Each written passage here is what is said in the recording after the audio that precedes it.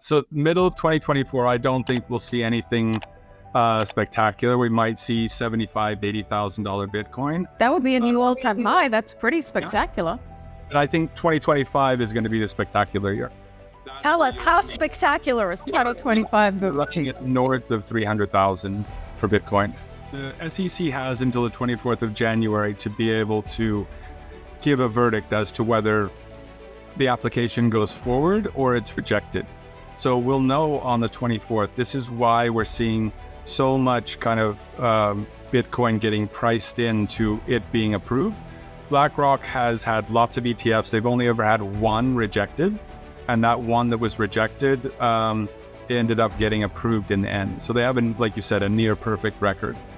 And as a result of this, I think everybody sees that, they wouldn't be doing this if they didn't know that they were able to get it through the gate. And if you look at, there's some, since ETFs started, there's some 200 plus ETFs that have been created. The most funded ETF in the first 24 hours was the Bitcoin futures ETF. So I think what you're seeing is both the traditional institutions, they see that when these ETFs go live, they're going to consume a huge amount of Bitcoin out of the ecosystem. And it's going to be a huge boon for them, for their margins, for their value locked on their platforms. And it's going to be a big win for everybody else in crypto, because when there's fewer Bitcoin, then the price is going to go up and it's going to bring everything else up. So I think that it is almost inevitable if they were to be rejected, then yeah, I think that I don't think it would be so much of a regulatory problem. I think it would be a political problem. I think that politically the SEC is not in a position to be able to say no to something like this, purely because of, crypto is a forward-looking asset.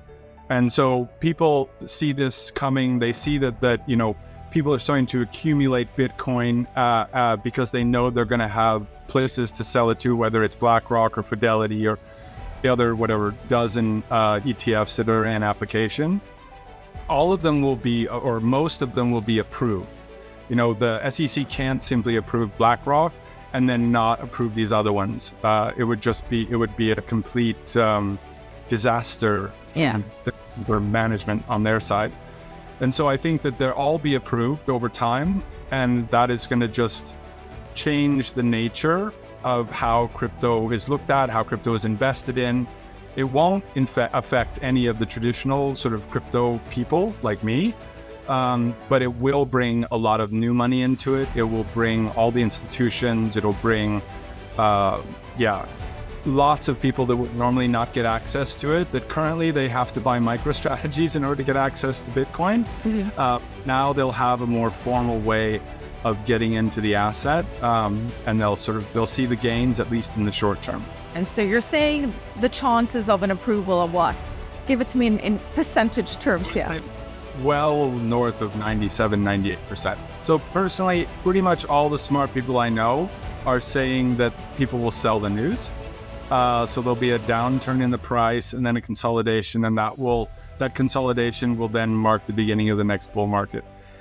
The challenge that I have is that pretty much everybody I know is saying that, and everybody I know is waiting for that to happen in order to buy some more Bitcoin. And as a result, I don't think it's going to happen. I think that when BlackRock gets approved, then everybody will get into full swing in buying Bitcoin in preparation to be able to sell it on to their own ETFs. And so I think it's just going to be a huge injection into the market. There might be a downturn, but I don't think it will be what people are saying, which is kind of, immediately after the BlackRock announcement, then the price will go down, we'll get a retracement, and then we'll sort of start to move up. I think there might be something maybe a month after that. I do believe that there is going to be a downturn. I think the euphoria will burn off after maybe a month or a month and a half of the ETF.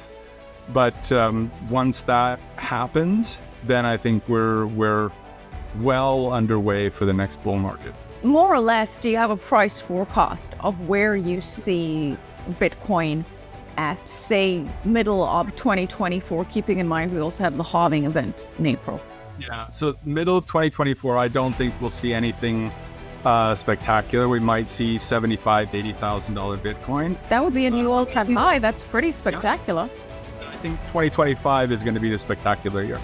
Tell us, how spectacular is 2025? We're looking at north of 300,000 for Bitcoin. North of 300,000 for Bitcoin by end of 2025? We're forecasting right now sometime in September. Why September of 2025? Just based on it's surprising how similar the previous bull runs are, the charts are, to the current timing. And so based on the fact that they're really kind of following the same pattern, that's the best forecast we have to when the peak of the next bull run is going to be. Like you said, if there's macro events, that's going to obviously make some difference. But based on these repeating charts and what we're seeing of the run up, it'll be sometime around September that we'll see the peak of the next bull run. And I think that with all of these ETFs coming into full swing, we're not going to shake off any of the problems we have in regards to inflation and, the fact that we have way too much money in the system.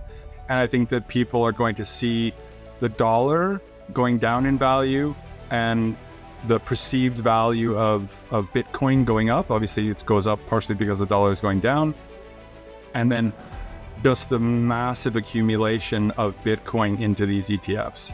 I just think it's going to be, they're just going to suck all of the oxygen out of the air for Bitcoin, and it's going to cause a almost like a panic level rally.